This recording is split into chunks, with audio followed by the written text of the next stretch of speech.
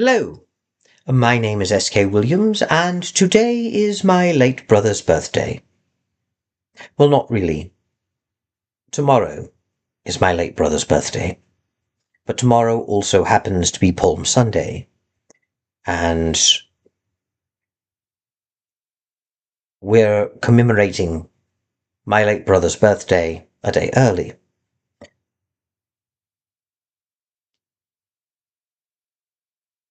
We do this, even though he has passed on, to remember and honor the dead. And as such, I can no longer give him birthday presents because he has passed away. But I like to do something for him on his birthday. And today, on my brother's birthday, I would like to announce a new series that I'm writing. I'm actually writing 3 new series. One of which I've discussed before, but will formally introduce twice more, once on Palm Sunday and once separately from that holiday. And I'm going to introduce this story again as well, because putting it within a birthday announcement and placing this first certainly shows my intention.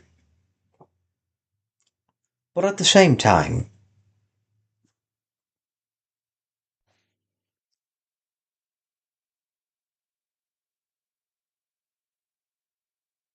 this particular video is my way of giving to my late brother a gift. And as I said, I'm already working on 3 series. But believe it or not, I'm actually working on 6.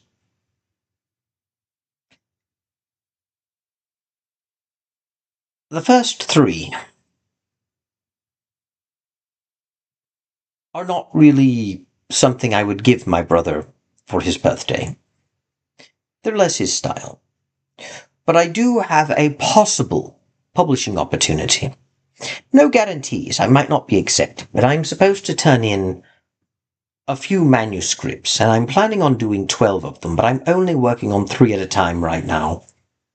The problem with this publisher is that they describe themselves as the McDonald's of publishing. They're an independent publisher, they're not part of the big 5 publishers. I may or may not get a broad reach. And they specialize in science fiction and fantasy, which is something that I myself enjoy watching, reading, and writing. But they don't like taking risks or doing high-end concepts. They prefer playing it safe by doing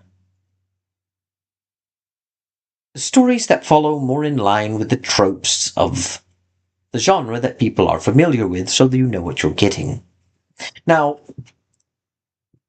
I find creating this sort of story a bit boring, because it doesn't allow you to really create the world that you'll be writing. You can tweak the idea, but for the most part, if you're writing a fantasy story, you're writing in Tolkien's backyard. You're using Tolkien's world as a template for what your world is going to be like. You're effectively using a version of Tolkien. You can change the details. For example, maybe the elves are not immortal and perfect like in Tolkien, but they're still elves and they will still effectively be rooted in Tolkien's elves. They will be descended from Tolkien's elves, so will the dwarves. And even if you go through a secondary source like Dungeons and Dragons as your inspiration, you're ultimately going back to Tolkien. And with sci-fi, with science fiction, I should say, it's not as clear-cut, but over time, especially with popular media, there are certain things we expect in science fiction, at least in how the worlds are developed. It's going to be very much like Star Trek or Star Wars or things we've seen, and I understand that.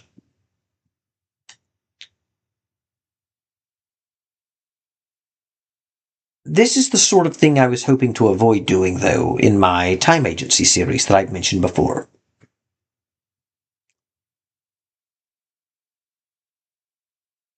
But I need money. So even though I will still work on my projects, I have to do something that can get me cash faster. So I'm going to submit 12 manuscripts, which shouldn't be that difficult to write since I'm using the same templates for them. And they're really more proof of concept for the publishers than anything else.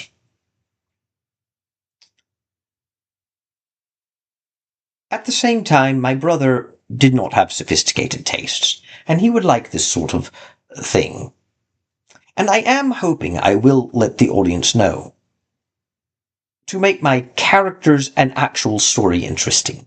Even if I am confined to the tropes that people are familiar with, and even if I'm going to use more stock characters as base and stock storylines, I'm hoping to make it a cut above by doing something interesting and clever with them. I'm not going to make the stories and characters boring intentionally. But I do find the world-building aspect a little more boring because you are just tweaking a few things. Nevertheless, this is the sort of thing my brother would have been much more excited about than my more high-end concepts that I like working with. So I would like to dedicate my first of these works, the first 3 in fact, to him. And on this day that we commemorate his birth,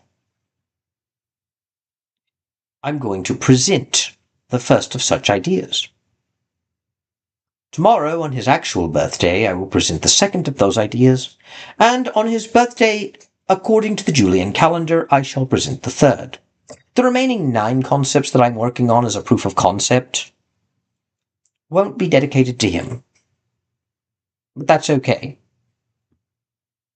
And I might change my mind. I might dedicate 3 more to him for Christmas, for example. But for right now, for my brother's birthday, here is the first idea that I had. And presenting it here, by the way, does count as publishing it, so my idea is copyrighted. I don't have a formal name for the series yet. That may cause a legal trouble. But the concept is set in a fantasy world. I'll blend a few sci-fi elements in. I'm hoping that doesn't count against me, but imagine, if you will, a world that certifies and licenses leagues and guilds of adventurers. And there is one such organization that has around 300 or 400 members, which is quite large for an organization like this if we're setting it in late medieval, early modern times, which, even if this is not set on our world, is the level of technology and culture we find in typical fantasy worlds. This team of adventurers has found an old, abandoned, fortified manor house with defensive walls that once belonged to a lord, or rather a lordly family, who lorded over a nice, idyllic countryside. But over time, this countryside became more dangerous with rogues and thieves, the farmlands withered up due to droughts and other conditions, and, of course, certain monstrous species started showing up to run people off. However, the manor house has an advantage. And that advantage is that it is built near the current crossroads between 3 major cities. Meaning that clientele can easily find the manor house, getting to it on a relatively secure road because the roads are monitored. The roadway is by no means completely safe. Once you leave the cities, you do leave yourself open to attack from rogues or bandits or even things like goblins or other monsters. But they are patrolled and they are relatively safe. What's more, if you wish to conduct business anonymously, the adventurers are out of town, so people will not necessarily see you go to them. And even if you don't care about anonymity, the adventurers enjoy a certain freedom that they would not have in the towns. Both in the sense that outside of the towns, the laws tend to be looser in general, and the fact that as a licensed and bonded and chartered organization, they are allowed certain privileges of sovereignty within their own walls. They do not have total sovereignty, they still have to obey certain laws, but they can set their own laws on their own land as well as a subset, almost as if they were a city themselves. This organization will do various things for you in a world where dragons exist to menace the populace, when goblin hordes exist in the wilds and men fear them, where elven kingdoms exist in an ambiguous situation where humans and elves do not fully trust each other and don't fully recognize each other's kingdoms, but in an informal way do and will sometimes work as allies, where dwarven smiths and miners live within mountains, often in their own communities and, much like the elves, run their own kingdoms, but those kingdoms overlap with human kingdoms rather than having solid borders with them.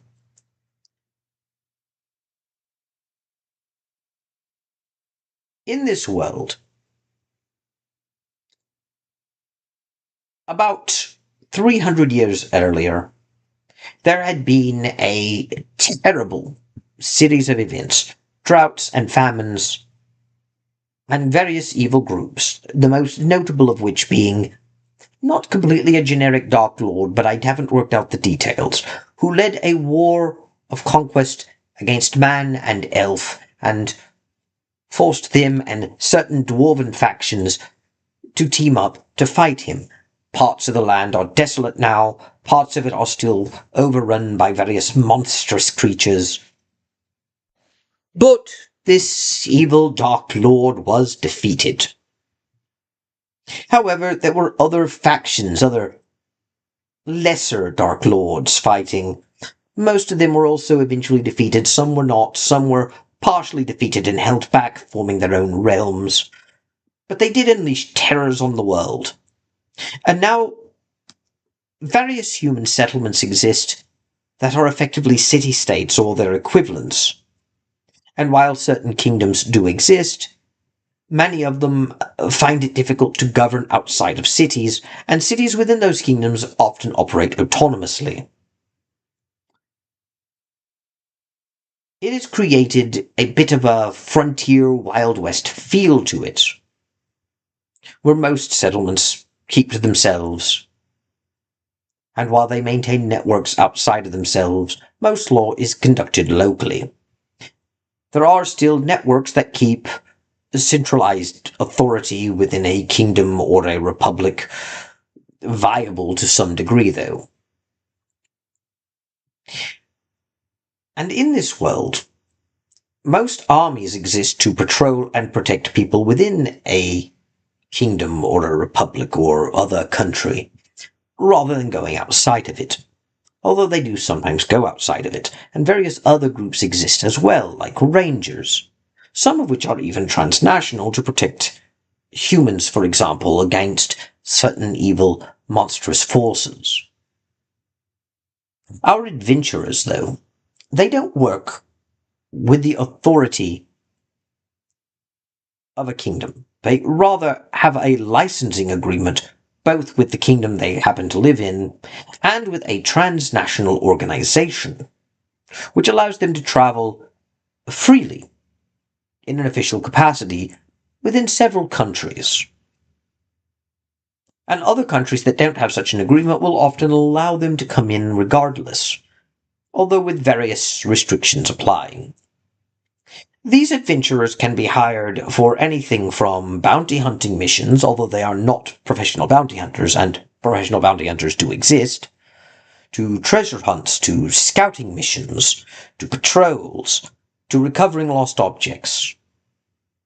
They can go on a myriad of various and diverse missions, and they themselves are a myriad and diverse group of people who have various skills which would help an adventurer's group. And they tend to pick who goes on what mission based upon their skill sets and who is available. Most of the team is human because the kingdom is human, but the organization also employs dwarves and elves and certain other races as it sees fit. This organization also happens to have a ghost living in their manor house of one of the previous lords, whom they have to occasionally do business with as well. This is the first story that I have come up with. I don't have a name for it yet, and while I have ideas for certain characters, I don't have names, and it's a bit too vague for me to explain without feeling like an idiot. But you already know the characters anyway, because I've already told you they're going to be more stock and routine than my other works. For now, I have a working title called Rock Manor Front. But Rock Manor Front is not the real name of the story. But having said that, I hope the story sounds interesting, at least to the spirit of my brother, and when I have more details, I shall present it again. I shall now bid my brother happy birthday, even if early. So I should say happy early birthday, and take my leave of you now. Thank you, God bless, and goodbye.